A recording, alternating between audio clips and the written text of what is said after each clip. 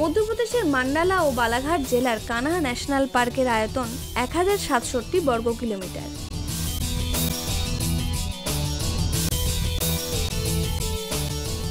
এই জঙ্গল 1955 সালে ন্যাশনাল পার্কের তকমা পায়। 1974 সালে এখানে ব্যাঘ্র সংরক্ষণ প্রকল্প শুরু হয়।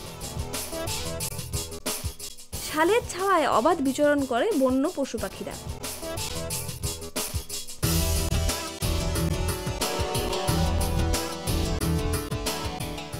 বন দপ্তরের গাড়িতে সকাল ও সাঁঝে সেরে নিতে পারেন জঙ্গল ভ্রমণ। এমনকি পায়ে হেঁটেও জঙ্গল ভ্রমণের স্বাদ পেতে পারেন।